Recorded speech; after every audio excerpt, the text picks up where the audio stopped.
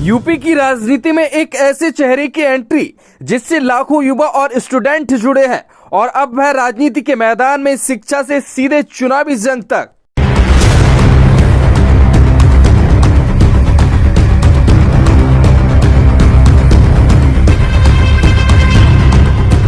उत्तर प्रदेश की राजनीति में एक ऐसा नाम जुड़ गया है जिसे अब तक लाखों छात्र एक शिक्षक के रूप में जानते थे। जी हां, रोजगार विद अंकित प्लेटफॉर्म से जुड़े लोकप्रिय शिक्षक नवीन शर्मा ने अब सियासत की राह चुन ली है। एक किसान परिवार से निकलकर इंजीनियरिंग की पढ़ाई पूरी करने के बाद उन्होंने चुना शिक्षक का रास्ता, लेकिन उनका मिशन सिर्फ पढ़ाना नहीं था, उनका मकसद था युवाओं को रोजगार और दिशा देना। सरल भाषा, जमीन से जुड़ा अंदाज और छात्रों के भविष्य की सच्ची चिंता, यही उनकी पहचान बनी और अब वही शिक्षक उत्तर प्रदेश की राजनीति में अपनी नई भूमिका निभाने जा रहे हैं। नवीन शर्मा ने समाजवादी पार्टी की सदस्यता ग्रहण कर ली है। ये फैसला उन्होंने पार्टी के प्रमुख अखिलेश यादव की मौजूदगी में लिया। उनका कहना है ये कदम सिर्फ राजनीति में शामिल होना नहीं है, बल्कि युवाओं, किसानों और छात्रों की आवाज को मजबूत मंच देना है। राजनीतिक चर्चाओं के अनुसार आने वाले 2027 विधानसभा चुनाव में उन्हें बुलंदशहर या सिकंदराबाद सीट से मौका मिल सकता है। हालांकि आधिकारिक घोषणा अभी बाकी है, लेकिन सवाल बड़ा है, क्या एक शिक्षक जो अब तक छात्रों को सपनों की दिशा देता था, वह राजनीति में भी बदलाव की नई मिसाल बन पाएगा? दोस्तों, ये सिर्फ एक पार्टी ज्वाइन करने की खबर नहीं है, ये शिक्षा और राजनीति के मिलन की कहानी है। एक ऐसा चेहरा जो युवाओं के बीच पहले से लोकप्रिय है, अब जनता के मुद्दों को विधानसभा तक ले जाने का दावा कर रहा है। अगर ये प्रयोग सफल हुआ तो ये उत्तर प्रदेश की राजनीति में युवा नेतृत्व की नई शुरुआत बन सकता है। अब देखना होगा क्या 2027 का चुनाव इस नए समीकरण को कितना मजबूत बनाता है। फिलहाल इस पर आप क्या सोचते हैं? क्या शिक्षकों का राजनीति में आना सिस्टम में सकारात्मक बदलाव ला सकता है? कमेंट में अपनी राय जरूर बताइए।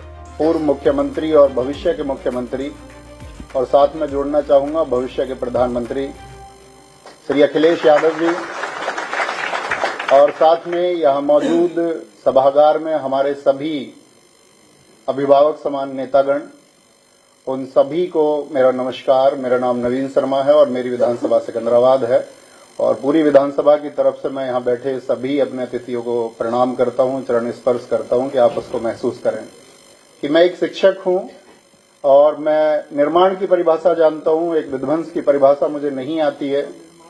और इस समय की जो प्रदेश में सरकार है वो सिर्फ तोड़ना चाहती है, चाहे वो जातियों के नाम पर तोड़े, चाहे वो बुलडोजर के नाम पर तोड़े। लेकिन हमारे अखिलेश यादव जी ने चाहे एक्सप्रेसवे के नाम पर हो, चाहे डिजिटल एजुकेशन लैपटॉप के नाम पर हो, हमेशा एक जोड़ने का काम किया है।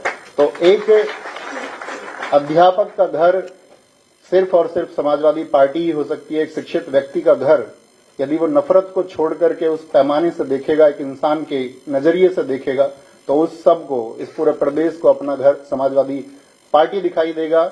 और साथ में आप जानते हैं कि इस देश में बहुत लोग मन की बात कार्यक्रम कर रहे हैं, लेकिन हमारे नेताजी आदरणीय अखिलेश जी सिर्फ और सिर्फ जन की बात कर रहे हैं। और उस जन में जो पीडीए को उन्होंने आगे बढ़ाने का संकल्प लिया है और जिस तरह से पीडीए की बातों को आगे बढ़ाया जा रहा है, उसी तरह से वो चीजें बुलंद हम सब की नैतिक जिम्मेदारी भी है कि जिस वर्ग को किसी भी तरह से शोषित किया जाता है, उसका शोषण किया जाता है, या जिस वर्ग को वंचित किया गया है, उस सब के लिए हम इंसानियत के नाते खड़े हों।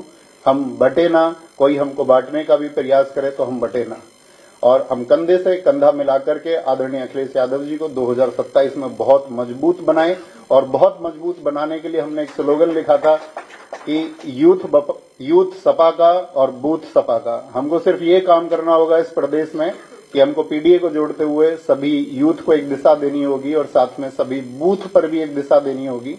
और साथ में मैं यहाँ समाजवादी पार्टी के इस मंच पर एक आश्वासन देना चाहूंगा कि जब मौसम अच्छा रहेगा तब भी हम समाजवादी पार्टी के साथ रहेंगे, और कभी आंधियां भी होंगी और हमारे विपरीत स्थितियां भी होंगी, तब भी हम आजीवन समाजवादी पार्टी के साथ रहेंगे।